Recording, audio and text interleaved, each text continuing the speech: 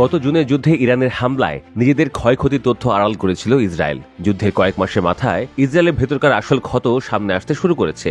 ইরানের মিসাইল হামলায় ক্ষয়ক্ষতি নিয়ে রীতিমতো বোমা ফাটিয়েছে গণমাধ্যমগুলো। ইরানের মিসাইল হামলায় ইসরায়েলের মাটির নিচে থাকা অতি সুরক্ষিত একটি সামরিক ঘাঁটি ক্ষতিগ্রস্ত হয়েছে বলেও জানিয়েছে গণমাধ্যম। অতি গোপন ও সুরক্ষিত এই ঘাঁটির নাম সাইট 81।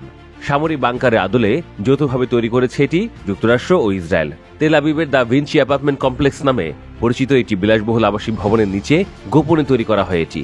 এরপর সবার চোখ ফাঁকি দিয়ে এখানে গোয়েন্দা কার্যক্রম চালাত আমেরিকা ও ইসরায়েল।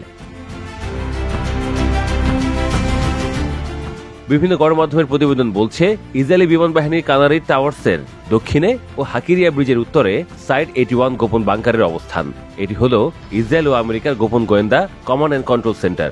অতি গোপন সাইট 81 এর তথ্য আগে কখনো জনসমক্ষে স্বীকার করেনি ইসরায়েল। সম্প্রতি চাঞ্চল্যকর তথ্য প্রকাশ করেছেন জ্যাক হোল্টন নামের গুগলের সাবেক এক ইঞ্জিনিয়ার। জ্যাক হোল্টনের দাবি, 12 দিনের যুদ্ধের সময় ইরান এই স্থাপনাটিকে লক্ষ্য করে সফলভাবে হামলা চালায়। যুক্তরাষ্ট্রের সহায়তায় 2011 সাল থেকে তৈরি হচ্ছিল এটি। সেখানে মার্কিন প্রতিরক্ষা ঠিকাদার ও প্রযুক্তি কোম্পানিগুলো সরাসরি যুক্ত ছিল।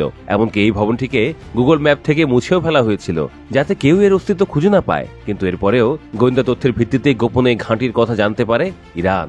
এরপরে সেখানে হামলা চালিয়ে সেটিকে ধ্বংস করে দেয়। পার্স টুডে বলছে, ইসরায়েলের সঙ্গে গুগলের প্রযুক্তিগত সহযোগিতার প্রতিবাদ হিসেবে গুগল থেকে পদত্যাগ করেন জ্যাক হোল্টন। এরপর তিনি ওই গোপন ঘাঁটির সঠিক অবস্থান প্রকাশ করে দেন। এদিকে ইরানের গোয়েন্দা সূত্রের দাবি, তারা ইসরায়েলি গোয়েন্দা নেটওয়ার্কে অনুপ্রবেশ করে ওই ঘাঁটির অবস্থান জানতে পারে। তারপর ক্ষেপণাস্ত্র ইউনিটকে সেই তথ্য সরবরাহ করা হয়। এরপরে সেখানে হামলা চালিয়ে যুক্তরাষ্ট্র ও ইসরায়েলের সম্মিলিত সেই ঘাঁটি ঘুরিয়ে দেয় ইরান। পার্স টুডের দাবি, ইরানের ক্ষেপণাস্ত্র হামলায় সাইট 81 নামের ওই গোপন ঘাঁটি সম্পূর্ণভাবে অচল হয়ে পড়ে। এছাড়া এর পাশে দুটি ইসরায়েলি বিমান বাহিনীর টাওয়ারও ক্ষতিগ্রস্ত হয়। ফাঁস হওয়া ছবিগুলোতে দেখা যায় এই ঘাঁটি একটি আবাসিক এলাকার মধ্যেই ছিল। সেখানে ইসরায়েলি সেনারা সাধারণ মানুষকে মানব ঢাল হিসেবে ব্যবহার করত। ইরানের হামলায় ইসরায়েলের আয়রন ডোম প্রতিরক্ষা ব্যবস্থা পুরোপুরি ব্যর্থ হয়। ওই গোপন ঘাঁটি ধ্বংস হয়ে যায়। এরপর ইসরায়েলি সেনাবাহিনী ও গোয়েন্দা সংস্থাগুলো দ্রুত তাদের গোপন কমান্ড সেন্টারগুলো অন্যত্র সরিয়ে নেয়। নিরাপত্তা বিশ্লেষকদের মতে, ইরানের এই হামলা শুধু সফল সামরিক অভিযান নয়, বরং এটি ছিল একটি রাজনৈতিক বার্তা। এটি ইসরায়েলকে ইঙ্গিত দেয় যে ইসরায়েলের গোপন স্থাপনাও এখন নিরাপদ নয়। এমনকি ভূগর্ভস্থ বাংকারেও ইরান আঘাত হানতে পারে।